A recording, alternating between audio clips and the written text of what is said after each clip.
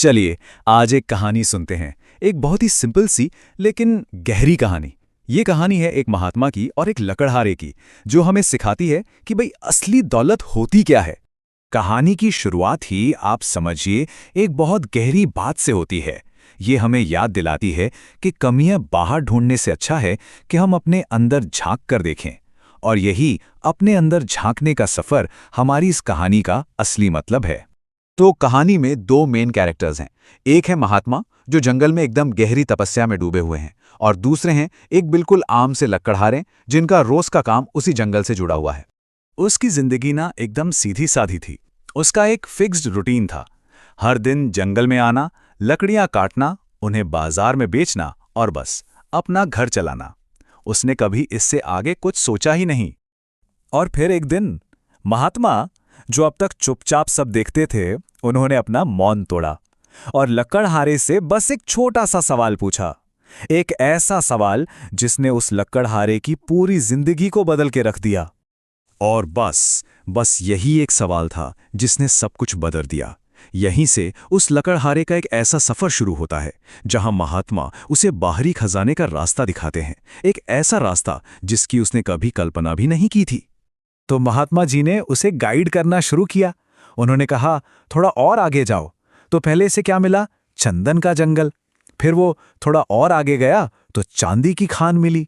इसके बाद सोने की खान, और आखिर में हीरो का एक बेशकीमती खजाना। मतलब हर कदम पर उसकी दौलत बस बढ़ती ही जा रही थी।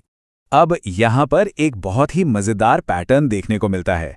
जैसे जैसे लकड़हारे की बाहरी दौलत बढ़ी ना, वैसे वैसे उसकी जंगल आने की जरूरत कम होती गई।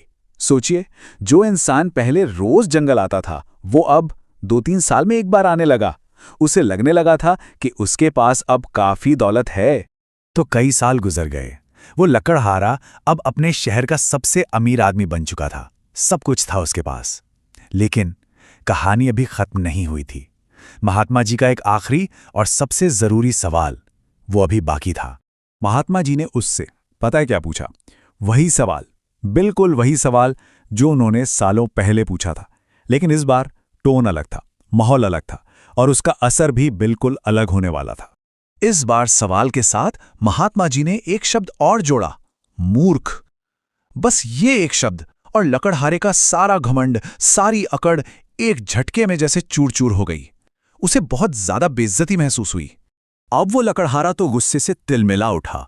वो चिल्लाया, मैं इस शहर का सबसे अमीर आदमी हूं और आप मुझे मूर्ख कह रहे हैं?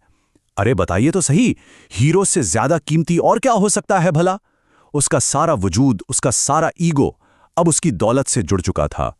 और यहीं कहानी अपने क्लाइमैक्स पर पहुंचती है, जहां दौलत का, धन का असली मतलब सामने आने वाला था। लकड़हारे का गुस्सा अब महात्मा जी के शांत और गहरे जवाब से टकराने वाला था। महात्मा जी ने बड़े शांत भाव से कहा, हीरे की खान के आगे मैं हूं। और बस लकड़हारे को सब कुछ समझ आ गया। उसकी जैसे आंखें खुल गईं। उसने सोचा, जो इंसान मुझे चंदन से लेकर हीरों तक का रास्ता बता सकता है और खुद जस का तस वहीं बैठा है, उसके पास यकीनन जरूर हीरों से भी बहुत कीमती कुछ है। तो सवाल यह है कि महात्मा के पास ऐसा क्या था? देखिए, उनके पास बाहरी खजाना नहीं था, उनके पास था अंदर का खजाना। ध्यान, परमात्मा से कनेक्शन, एक ऐसी संतुष्टि जिसे कोई खरीद नहीं सकता, और एक ऐसी खुशी जो कभी खत्म नहीं होती। ये वो असली दौलत थी जिसे कोई खरीद नहीं सकता। तो इस पूरी कहानी का मतलब क्या निकलता है? मतलब बहुत सीधा है कि असली खोज जो है ना, वो बाहर की दुनिया में नहीं है, वो हमारे अंदर है। महात्मा जी असल में लकड़हारे को यही तो समझाने की कोशिश कर रहे थे कि असली खजाना जो है वो चंदन, चांदी, सोने, हीरे की खानों में नहीं है, वो तो हमारे अंदर ही छिपा हुआ है। और इस अंदर की खान में क्या है? इसमें है सच्ची खुशी, यानी प्रसन्नता, सच्ची संतुष्टि, असली सफलता। और तो और परमात्मा तक पहुंचने का रास्ता भी यही है। आज की दुनिया में देखिए, हम सब भाग रहे हैं, कभी करियर के पीछे, कभी पैसे के पीछे, कभी सोशल मीडिया पर वैलिडेशन के पीछे।